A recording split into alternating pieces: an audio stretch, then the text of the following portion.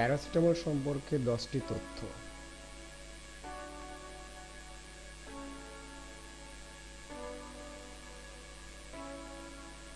Paracetamol সাধারণ ব্যথানাশক ও তাপমাত্রা কমাতে ব্যবহৃত হয়। পৃথিবীতে একটিরও বেশি ওষুধের সাথে মিশ্রিত করে এটি ব্যবহার করা হয় এবং বিশ্বজুড়ে ওটিসি ড্রাগ হিসেবে পাওয়া যায়।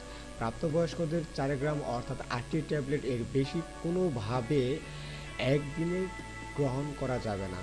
কোনো ওষুধের কার্যকারিতা বৃদ্ধির লক্ষ্যে প্যারাসিটামল মিশ্রিত করা আছে কিনা এই বিষয়ে অবগত থাকতে হবে। কখনো অ্যালকোহল পান করার পর প্যারাসিটামল খাওয়া যাবে না। প্যারাসিটামল খাওয়ার পর অ্যালার্জি, শ্বাসকষ্ট জাতীয় পার্শ্বপ্রতিক্রিয়া দেখা দিলে দ্রুত ডাক্তারের সাথে যোগাযোগ করতে হবে।